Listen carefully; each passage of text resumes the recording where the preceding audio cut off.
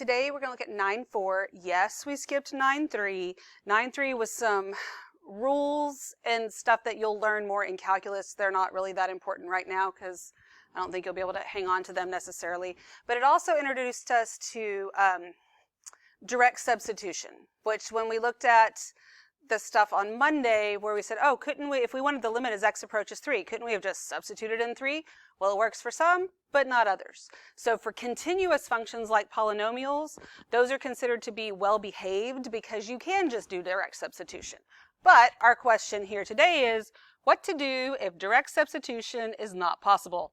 Even though that's hard to read, that's what that says. So we're going to look at what happens when we can't do direct substitution. What are our options? Because we're not going to be looking at graphs today. So it says, suppose you're asked to find the following limit. I want the limit as x approaches 3 of this function here. So for this one, direct substitution is not possible because 3 results in 0 in the denominator. However, this does not mean the limit does not exist. Right? So we would get 0 over 0 here, and that's a problem. But it doesn't mean that it doesn't exist. So I did kind of did the algebra part of this on Monday, even though that wasn't what we were doing with that. But this today is going to be very algebra heavy. I can promise you this. The limits are not difficult at all. If you are struggling with this stuff, it's because you're struggling with the algebra, and that scares the bejesus out of me if you are going to calculus next year, because it's going to eat your lunch very quickly. All right? So let's look at what this says. If f of c produces 0 over 0, like the example above, it is described as having an indeterminate form. In this case, we can apply other algebraic techniques such as factoring, which we need to be experts at, or rationalizing, which we should be experts at, to divide out a common factor and then be able to evaluate the limit. So let's see how this works. So for number 1, if I just substituted in 3, that's going to be a big problem. And your work here is important as well. I am checking your work. This is something that also gets checked on the AP exam. And if you get sloppy with this stuff, you lose points. And you do not want to lose points because you're sloppy with stuff. So this equals, and I rewrite, the limit as x approaches 3. And you should be writing, not trying to type this mess because I ain't going to muddle through something just because you're stubborn and won't write. This should be done in... we are in Go Formative, and you should be writing this, not typing this. I'm not looking at that stuff anymore. I'm going to factor the denominator. So I get x minus 3 in the numerator. The denominator, when I factor, because I should be able to factor stuff like this quickly and accurately, I'm going to get x minus 3 times x plus 5. Then I can see that, all right, I can cancel those terms out because that would mean I'd have a whole when x equals 3. They didn't ask me for that, and I don't really need to know that right now, and that's okay. But you need to know that, but it doesn't really have anything to do with what we're doing. So then this equals, still not being sloppy with my work, the limit as x approaches 3. So this leaves me with the 1 in the numerator, x plus 5 in the denominator. Now I can do direct substitution, and when I substitute in this 3, I will get 1/8. There's not a single thing that I just wrote then you can skip.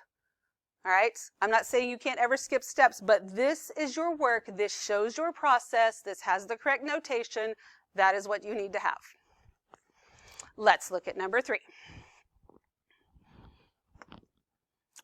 So the limit as x approaches 2, so I need to factor both of these. So I get the limit as x approaches 2, and then in the numerator, when I factor this, right, there's going to be x and x. This is positive, so the signs are the same. This is negative, so they're both negative, so that has to be 2 and 3. This is a difference of squares, x plus 2, x minus 2.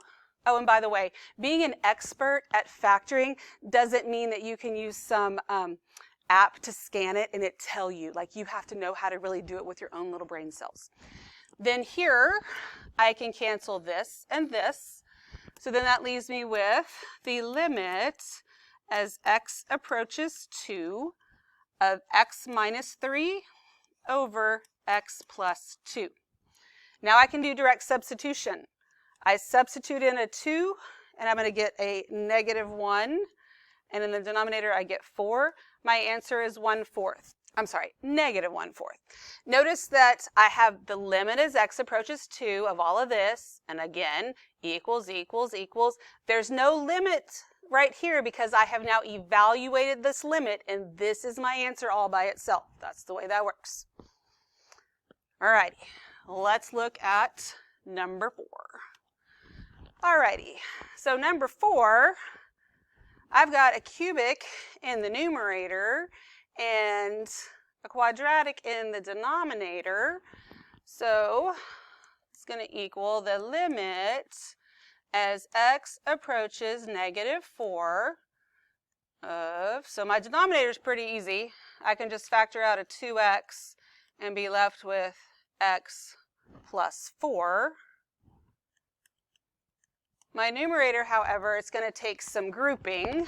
So I'm going to go over here and do some grouping. If I group this and I group this, then I can factor out an x squared, leaves me with x plus 4.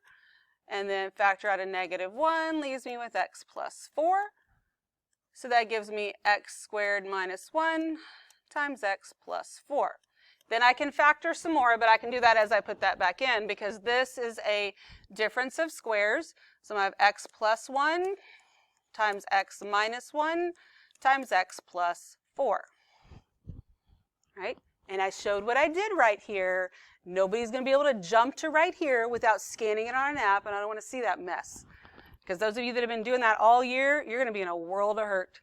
All right, so I'll get off my soapbox. Limit as x approaches negative 4. I need to, let's see, I can reduce that right there.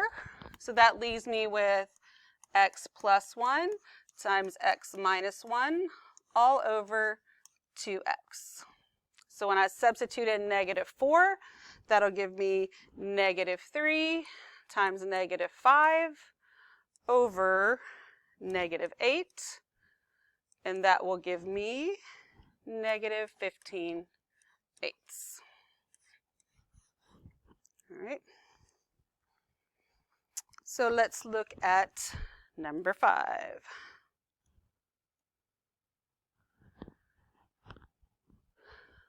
All right, so I'm going to factor. All of this is pretty much about factoring. The limit stuff I think you plug it in. That's all you got to do. So this is the limit as x approaches 6. If I want to factor the numerator, that's going to give me an x and an x. This is negative, so my signs are opposite. This is negative, so negative is the bigger number. Two numbers that are going to multiply to give me 24, subtract to give me 2. That'd be a negative 6 and a positive 4. This denominator here, I do not have a GCF, so I'm going to need to factor this. Now, I would suggest that most of you would probably factor by grouping, so I'll give you a second. Go ahead and get that factored.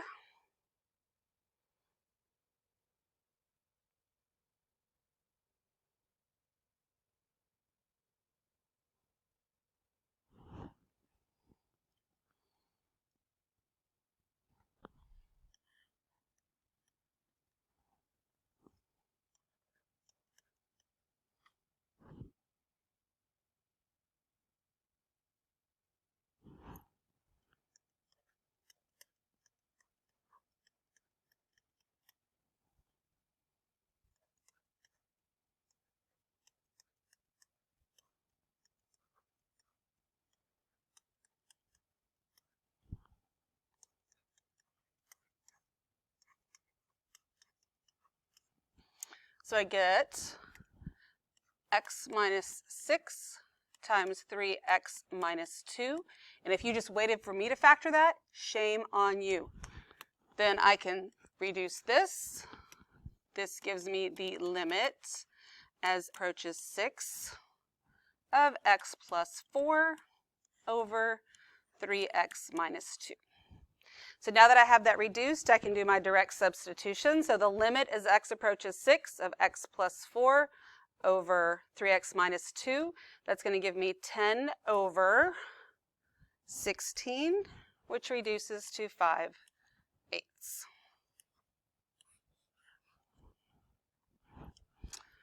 All right, number 6. I see a sum of cubes in the numerator. I did a sum of cubes for you on Monday. So I'm going to give you a second. Limit as x approaches -2. Factor the numerator. Without photomath or mathway or whatever else, you need to know how to factor the sum of cubes.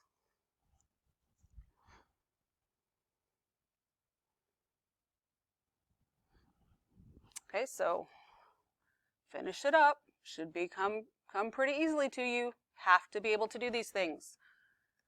The binomial here is going to be x plus 2.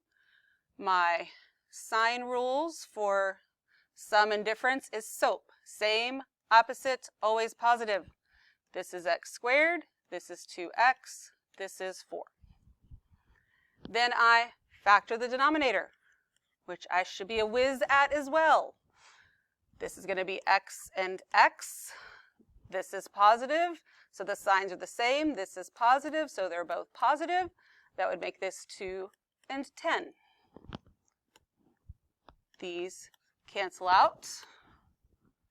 The limit as x approaches -2 of x squared minus 2x plus 4 over x plus 10. So I substitute in -2. This is going to give me 4. -2 times -2 is 4 plus 4 all over 8. Gives me 12 over 8, which is 3/2. Factor, factor, factor. You can't ignore factoring. Remember, the hardest thing about calculus is the algebra. The calculus concepts themselves are not difficult. It's the algebra within it that's going to trip you up more than anything. All right, so let's look at what happens when we're not necessarily factoring, but we need to rationalize. And sometimes we need to rationalize the numerator. Sometimes we need to rationalize the denominator. If the direct substitution isn't working for you, you rationalize whatever you can rationalize. So I need to rationalize the numerator in this one. I have the square root of x. Me multiplying by the square root of x over the square root of x is not going to help me out, because that would just move a square root to this term right here. I need to use the conjugate, which is something you should have gone over in Algebra 2. So the conjugate, let's just say we're going to have the conjugate of the denominator. We're not rationalizing the denominator here, but if I want the conjugate of x minus 4, it is super easy to figure out. You take the sign in between the two terms and you change it. All right? And then once you change the sign, that becomes x plus 4. So the conjugate of x minus 4 is x plus 4. So for a pair of binomials to be conjugates, the only difference between the two is the sign in between the two numbers. Okay? And these are a special pair because then when you multiply those conjugates, x minus 4 times x plus 4, that's the difference of squares, right? So you get x squared minus 16. So think about that as we use the conjugate here. So the conjugate of this numerator would be, all we do is change this sign, square root of x plus 2. Now I need to multiply by a factor of 1, so it's also the square root of x plus 2 right here. Okay? So I need this numerator to go ahead and multiply this. Well, it's just the difference of squares, right? That's all it is. When I multiplied these two, it was a difference of squares. So it is the first term the first term squared minus the second term squared. So when I have the limit as x approaches 4, my numerator It's the first term squared, so the square root of x squared is just x, minus the second term squared is just going to be 4. In the denominator, I don't have to actually multiply them because the whole idea of most of this was factoring it anyway. So I would have x minus 4 times the square root of x plus 2. Because now I can see that I can cancel this with this. So that leaves me with the limit as x approaches 4 of 1 over the square root of x plus 2. And say that's a no-no to leave it like that. That's why it ended up in the other form, because there's a square root in the denominator. But for evaluation purposes, I'm totally fine with that. So this is going to give me, when I evaluate it, 1 over, put 4 in there, we'll get 2 plus 2. So my answer is 1/4. All right. So let's look at number 8. If I just substitute in a 9, it's going to be the square root of 36 minus 6. I'm going to get 0 down here. So in this case, I have to rationalize the denominator. So I'm going to multiply by the conjugate of the denominator, whatever it is. So this is the square root of 4x, and this will be plus 6. So I get the square root of 4x plus 6 up here. When I multiply those together, this is going to be the limit as x approaches 9. So in the numerator, I'm not trying to rationalize that, so I'm just going to stick those two binomials together. X minus 9 times the square root of 4x plus 6, all over difference of squares. So I square the first term, that gives me 4x, and I square the second term, minus 36. Well, I don't see anything just jumping out at me that I can cancel out, but I can factor the denominator some more. So I got the limit as x approaches 9 of x minus 9 times 4x, times the square root of 4x plus 6 all over. I can factor out that 4, and that leaves me with x minus 9 there. Now I see something I can cancel out. You cancel this with this.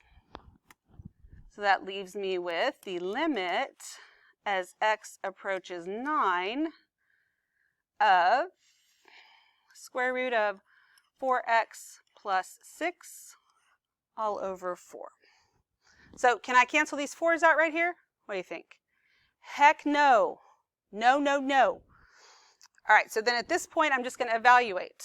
I'm going to substitute in my 9. So 4 times 9 is 36. Square root of 36 is 6. So I get 6 plus 6 over 4. That gives me 12 over 4, which is 3. All right. Then let's look at number 9. Number 9, we're going to need to rationalize the denominator because I'll get a 0 on the denominator. So go ahead, I'm going to give you a minute to think about what it would look like and rationalize the denominator. Or let's just write down what you would do to rationalize. What am I going to multiply by? Let's just start small. What are we going to multiply by so that we can rationalize the denominator? Let's make sure we're all on the same page.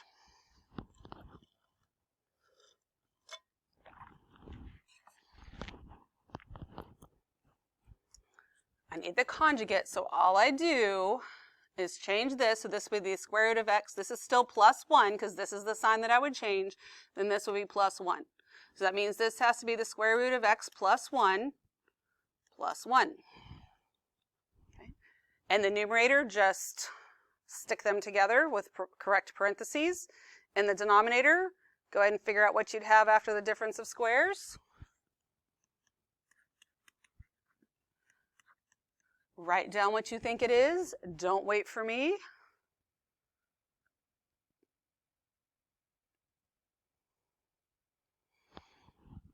Okay, so in the numerator, I'd have negative 3x times the square root of x plus 1, and then plus 1 on the outside, all over.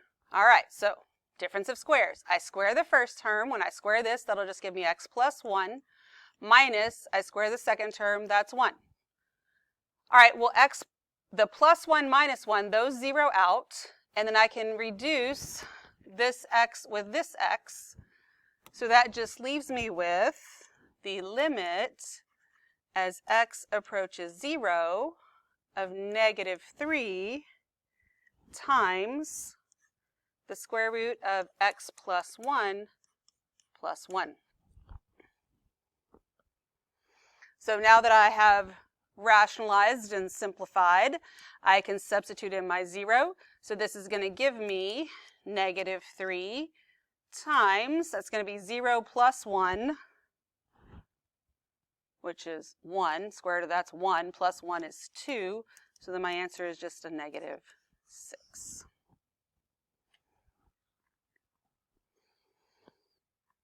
All right.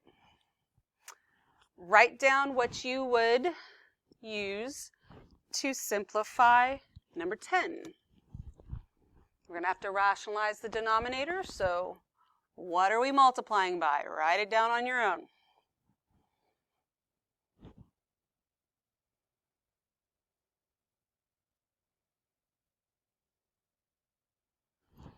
So I would find the conjugate, square root of 14 minus x.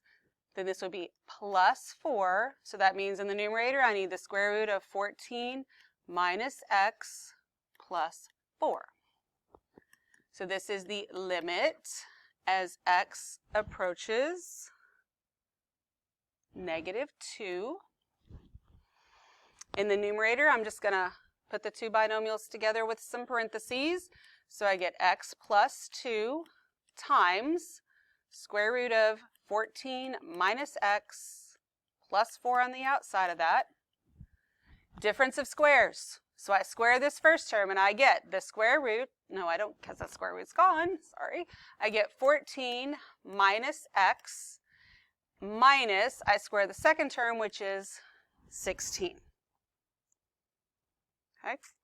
So that's going to give me the limit as x approaches -2 of x plus 2 times the square root of 14 minus x plus 4 all over -x minus 2.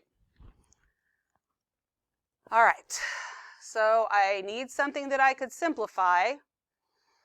I feel like I could maybe do something with this. Here, if I factored out a -1, I would have something I could reduce. So this would give me the limit as x approaches -2 of x plus 2 times the square root of 14 minus x plus 4. And if you think this is a lot of writing, you ain't seen nothing yet. So no complaints, and you better have all the notation right or I'm counting everything wrong.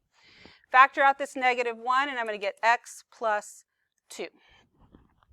So now I can reduce these, and that leaves me with the limit as x approaches -2. And then I'm going to divide, I'm going to divide by a -1, so it's really just going to be negative out here. I'm going to get negative square root of 14 minus x plus 4. Now I can evaluate. So it's going to give me a negative something. Substitute in a -2, so 14 minus a -2 is 16. So that would give me, the square root of 16 is 4, so 4 plus 4. So my answer is -8. Watch your signs. Pay attention.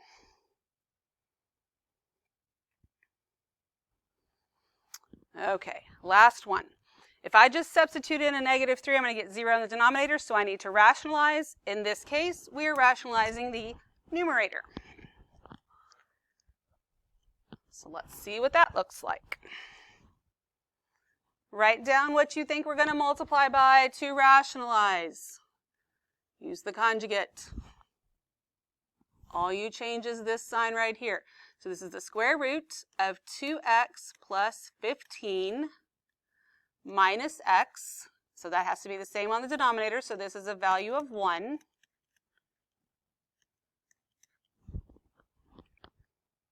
So then when I multiply, that will give me the limit as x approaches -3. In the numerator, I'm going to actually multiply it as a difference of squares. So I square this first term, and I get 2x plus 15 minus, square this term, x squared. In the denominator, I will get x plus 3 times the square root of 2x plus 15 minus x, like so. All right, in the numerator, I have a quadratic, so I would like to put that in the correct order. Since I have more room on this one, I'll keep going this way. So the limit as x approaches -3, I'm going to put this in the correct order. This gives me -x squared plus 2x plus 15, and then I'm just going to rewrite my denominator, x plus 3, square root of 2x plus 15 minus x. In order for me to factor my numerator, I want my leading coefficient to be positive, so I'm going to factor out a -1. The limit as x approaches -3, numerator, I'm going to have a negative, parentheses, x squared minus 2x minus 15 over x plus 3 times the square root of 2x plus 15 minus x. Keep writing, your hand won't fall off, I promise. The limit of as x approaches -3. So now the numerator, I can factor this trinomial, but I have this negative out there, and I'll get two binomials, x and x. This is negative, so the signs are opposite. This is negative, so the bigger number is negative. 3 times 5 is 15, so this is a -5 and a +3. Then I have x plus 3, and then square root of 2x plus 15 minus x. Now I can reduce this. And then I get the limit as x approaches -3. Numerator, negative, these parentheses are still important, x minus 5. And then in the denominator, I don't need those parentheses, that's the square root of 2x plus 15 minus x. All right, so now I can evaluate. I've rationalized, I've simplified it all. I can substitute in this -3. So I'm going to have a negative, and then -3 minus 5 is going to be a -8. And then I'm going to have the square root. 2 times -3 is -6, plus 5 is going to be 9. Minus a -3 is going to be plus 3. So this will give me a +8 over 6, which is going to give me 4/3. Don't go through all that and then make some ridiculous mistake here because you're not paying attention to simple numbers or simple signs. Okay? Algebra, algebra, algebra. It's not going away. It's just getting more intense.